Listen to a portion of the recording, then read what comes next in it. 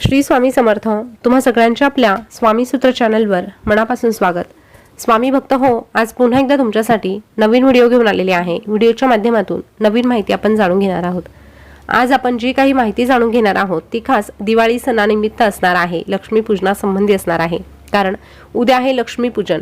बघा, लक्ष्मीपूजनाच्या दिवशी गणपती बाप्पा, कुबेर देवता यांची सेवा आराधना केली जाते. लक्ष्मी मातेचं स्मरण करून काही सेवा, काही उपाय जर आपण केले तर आपल्या घरामध्ये अखंड लक्ष्मी नांदण्यासाठी आपल्याला मदत मिळत असते. दिवाळी सण म्हटलं तर हिंदू धर्मातला सगळ्यात मोठा सण मानला जातो आणि या दिवशी ज्याच्या घरी पूजा अर्चा केली जाते किंवा लक्ष्मी मातेची सेवा उपासना केली जाते त्याच्या घरी अखंड स्वरूपात लक्ष्मी वास करते असं देखील म्हटलं जातं. त्यामुळे या दिवशी आपल्याला काही खास गोष्टींची काळजी घ्यायची आहे. सकाळी उठल्यापासून काही गोष्टी जर आपण आवर्जून केल्या तर निश्चितच आपल्या घरात भरभराट येण्यासाठी वेळ लागणार नाही. तर चला जाणून घेऊया उद्या आपल्याला आपल्या रोजच्या जीवनामध्ये कुठल्या गोष्टींचा समावेश करायचा आहे. तर सर्वप्रथम उद्या आपल्याला ब्रह्ममुहूर्तावर उठायचं आहे. अगदी सूर्योदयापूर्वी आपली अंघोळ वगैरे सगळं काही झालेलं असायला हवं. अभ्यंग स्नान ज्याला म्हणतात ते आपलं सूर्योदयापूर्वी झालेलं असायला हवं. ही विशेष काळजी जर आपण घेतली तर नक्कीच लक्ष्मी माता आपल्यावर प्रसन्न झाल्याशिवाय राहणार नाही. त्यासोबतच आपल्याला उटणं लावून अंघोळ करायची आहे. बघा, आता उटणं लावायला दिवाळीला महत्त्व आहे. धार्मिक दृष्ट्या जर बघितलं तरीही महत्त्व आहे. आणि जर आपण आपल्या शरीराच्या दृष्टीने विचार केला, ऋतुमानानुसार विचार केला तर दिवाळी म्हटलं तर थोडीशी थंडी पडायला सुरुवात होते आणि या थंडीच्या दिवसांमध्ये आपली त्वचा रुक्ष होते. त्यामुळे खरं तर यावेळेस आपण तेल लावत असतो, उटणं लावत असतो, जेणेकरून आपली त्वचा मुलायम होण्यासाठी आपल्याला मदत मिळत असते. त्यामुळे धार्मिक दृष्ट्या देखील या गोष्टींना महत्त्व आहे आणि आपल्या आरोग्याच्या दृष्टीने जर विचार केला तर त्याने देखील आपल्याला त्याचा फायदाच मिळणार आहे. तर आवर्जून ह्या गोष्टी आपल्याला करायच्याच आहे. त्यासोबतच अंघोळीच्या पाण्यामध्ये उद्या आपल्याला पंचगव्य टाकायचं आहे. त्यासोबतच चिमूटभर हळद देखील टाकायची आहे. आता बघा, आपल्याला पंचगव्याने तर स्नान करायचंच आहे, पण चिमूटभर हळद टाकल्याने देखील लक्ष्मी मातेची कृपा आपल्यावर होण्यासाठी मदत मिळणार आहे.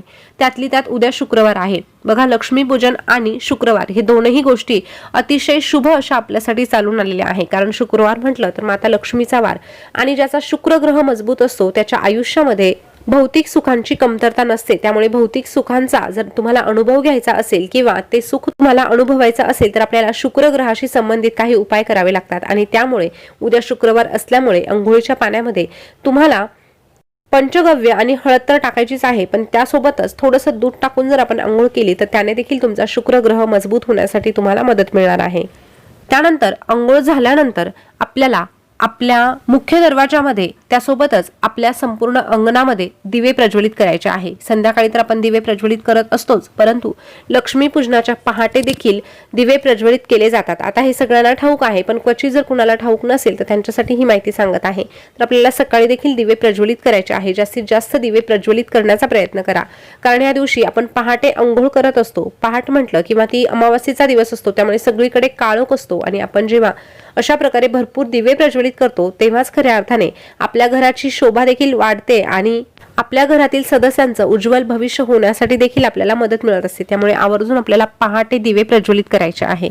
त्यानंतर उंबरठ्यावर हळदीचं लेपन करायचं आहे. जसं आपण इतर सणावाराला करतो तशाच पद्धतीने उंबरठ्यावर हळदीचं लेपन करून घ्यायचं. शुभ लाभ, स्वस्तिक, लक्ष्मीची पावलं ह्या सगळ्या काही गोष्टी आपल्याला मुख्य दरवाजामध्ये करायच्या आहे. रांगोळी तर आपण असंही उद्याच्या दिवशी काढणारच आहोत, पण त्यामध्ये गोपद्म आपल्याला आवर्जून काढायचे आहे. त्यानंतर मुख्य दरवाजावर शुभ लाभ लिहायचं आणि हळद आणि तूप एकत्र करून स्वस्तिक देखील काढायचं आहे. आता ह्या दिवाळीच्या दिवसांमध्ये दररोज आपल्याला स्वस्तिक काढायचं आहे. आता तूप आणि हळद एकत्र करून तुम्ही त्यामध्ये कुंकू टाकलं तरीही चालणार आहे. अशा पद्धतीने तुम्हाला तुपाचं आणि हळदी कुंकवाचं स्वस्तिक तुमच्या मुख्य दरवाजावर करायचं आहे. अशाच पद्धतीचं स्वस्तिक तुम्हाला तुमच्या शेगडीवर करायचं आहे. तुमच्या किचनची जी टाईल्स आहे तिथे करायचं आहे. तुळशी मातेजवळ करायचं आहे. आणि देवघरात जर करणं शक्य असेल तर त्या ठिकाणी देखील तुम्हाला अशा प्रकारचं एक स्वस्तिक काढायचं आहे. तर स्वामी भक्त हो, स्वस्तिकाचा हा छोटासा उपाय तुम्हाला उद्याच्या दिवशी आवर्जून करायचा आहे. स्वस्तिक हे मांगल्याचं प्रतीक असतं, त्यामुळे आपल्याला अशा प्रकारे स्वस्तिक काढून आपल्या घरातलं वातावरण मंगलमय करायचं आहे. त्यानंतर आपल्या घरामध्ये सगळीकडे गुलाबजल शिंपडायचं आहे. या व्यतिरिक्त गोमूत्रामध्ये थोडीशी हळद घालून ते देखील आपण संपूर्ण घरामध्ये शिंपडू शकतो. त्याने देखील घरातील नकारात्मकता दूर जाण्यासाठी मदत होते आणि गुलाबजल शिंपडल्यामुळे आपल्या घरातलं जे वातावरण आहे ते पवित्र होण्यासाठी मदत मिळत असते. त्यामुळे गुलाबजल आपल्याला घरामध्ये शिंपडायचंच आहे. तुम्ही दिवाळी संच घेतलेला असेल तर त्यामध्ये तुम्हाला गुलाबजल मिळालेला असेल. त्यानंतर तुम्ही पहाटे कितीही पंत्या लावल्या तरीही हरकत नाही, पण मुख्य दरवाजावरची एक पंती जी आहे ती तुम्हाला तुपाची लावायची आहे हे लक्षात घ्या. त्यामध्ये वात घालताना कलाव्याची वात बनवायची आहे किंवा कापसाला थोडंसं कुंकू लावून लाल रंगाची वात आपल्याला मुख्य दरवाजावर प्रज्वलित करायची आहे. अशाच पद्धतीचा एक दिवा आपल्याला आपल्या किचनमध्ये ठेवायचा आहे आणि आपल्या पाण्याच्या भांड्याजवळ देखील ठेवायचा आहे. तसंच देवासमोर देखील आपल्याला तुपाचा दिवा प्रज्वलित करायचा आणि तुळशी मातेसाठी देखील तुपाचाच दिवा आपल्याला प्रज्वलित करायचा आहे. कारण लक्ष्मीची तिथी म्हटलं किंवा लक्ष्मीची सेवा म्हटलं तर तुपाच्या दिव्याला विशेष महत्त्व असतं. त्यामुळे तुपाचा दिवा आपल्याला अशा प्रकारे प्रज्वलित करायचा आहे. इतर जे दिवे आहेत ते तुम्ही तेलाचे देखील लावू शकतात किंवा बाजारामध्ये विविध प्रकारचे दिवे विकत मिळतात, त्या पद्धतीचे दिवे तुम्ही लावले तरीही चालणार आहे. कमीत कमी 5 दिवे का होईना आपल्याला तुपाचे अशा पद्धतीने प्रज्वलित करायचे आहे. त्यानंतर लक्ष्मी पूजनाचा दिवस म्हटलं तर सगळ्यात मोठा दिवस, त्यामुळे ह्या दिवसामध्ये आपल्या घरामध्ये कटकट भांडण होणार नाही याची विशेष काळजी आपल्याला घ्यायची आहे. खरं तर भांडण कलह कटकट कोणालाही आवडत नाही, पण काही कारणास्तव त्या गोष्टी आपोआप घडल्या जातात. पण तरीही उद्याच्या दिवशी आपल्याला स्वतःवर नियंत्रण ठेवायचं आहे. भलेही आपली चूक असो किंवा नसो, आपल्याला फक्त शांतताच ठेवायची आहे. जेवढं आपल्या घरातलं वातावरण शांत राहणार आहे तेवढीच लक्ष्मी माता आपल्या घरी लवकर येणार आहे हे लक्षात घ्या. या व्यतिरिक्त घरामध्ये एखादा लक्ष्मी मातेचा जप हा दिवसभर चालू ठेवायचा आहे आणि तुम्ही जो देवासमोर दिवा लावणार आहात तो कमीत कमी संध्याकाळपर्यंत किंवा रात्री 12 वाजेपर्यंत प्रज्वलित राहील याची काळजी घेऊन आपल्याला तो दिवा प्रज्वलित करायचा आहे. त्यानंतर आपल्याला देवासमोरचा दिवा लावताना दिव्याखाली देखील एक वस्तू ठेवायची आहे. ती कशा पद्धतीने तर एक डिश घ्यायची, त्यावर स्वस्तिक काढायचं, त्याला दोन्ही बाजूनी 2 रेषा द्यायच्या, मधले जे टिपके असतात ते देखील द्यायचे आणि त्यावर चिमूटभर हळद टाकायची, थोड्याशा अक्षता टाकायच्या आणि त्यानंतर हळद टाकल्यानंतर आपल्याला तो जो दिवा आहे तो त्या ठिकाणी वरती ठेवून द्यायचा आहे. आता या दिव्यामध्ये आपल्याला 2 लवंगा देखील आवर्जून टाकायच्या आहे. लवंगांचं विशेष असं महत्त्व असतं. लक्ष्मीच्या सेवेसाठी लवंगांचा विशेष वापर केला जातो, त्यामुळे लवंग आपल्याला दिव्यामध्ये टाकायचे आहे.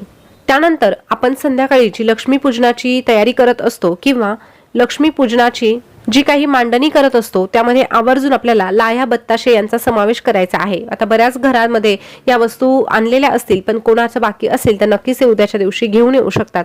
लाह्या बत्ताशे आपल्या पूजेमध्ये असायलाच हवे. असंही दिवाळीच्या पूजेमध्ये आपण विविध प्रकारचे नैवेद्य ठेवत असतो.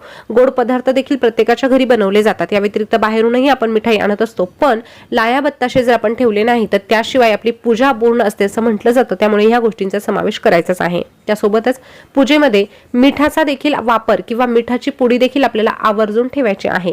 मिठाची पुडी, लाह्या बत्ताशे, लवंग, वेलदोडे, थोडेसे धने या ज्या काही गोष्टी आहेत त्या आपल्या पूजेमध्ये असायलाच हव्या. या व्यतिरिक्त गोमती चक्र, कवड्या हे जर तुम्ही आणलेलं असेल ते देखील आपल्याला पूजेमध्ये ठेवायचं आहे.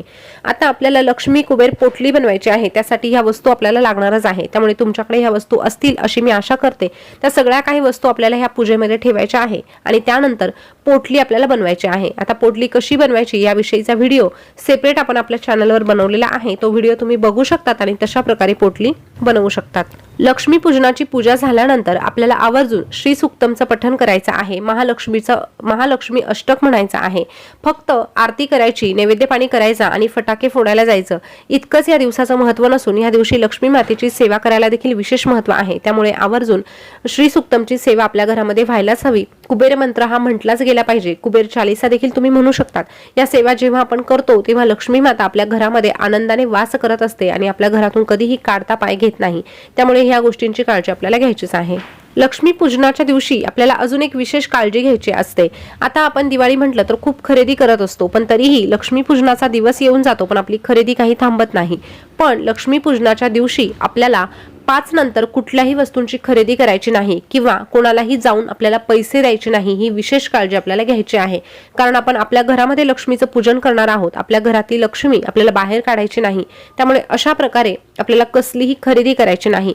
जे काही घ्यायचं आहे ते आपल्याला अगोदरच आणून ठेवायचं आहे. आता लक्ष्मी पूजनामध्ये आपण नैवेद्यासाठी लाडू, करंजी, फराळ जे काही बनवलेलं असतं ते ठेवतच असतो, पण काही भागांमध्ये पुरणपोळीचा देखील नैवेद्य दाखवला जातो. त्यामुळे आपल्याला पुरणपोळीचा नैवेद्य हा दाखवायचाच आहे. या व्यतिरिक्त लक्ष्मी मातेला खीर देखील अतिशय प्रिय आहे. त्यामुळे थोडीशी एक छोटीशी वाटी भरून का होईना आपल्याला खीर बनवायची आहे आणि हा खीरीचा नैवेद्य लक्ष्मी मातेला ठेवायचा आहे. तुमच्या भागामध्ये कुठला नैवेद्य दाखवतात हे कमेंट करून नक्की कळवा आणि तशा पद्धतीने नैवेद्य तुम्हाला दाखवायचा आहे.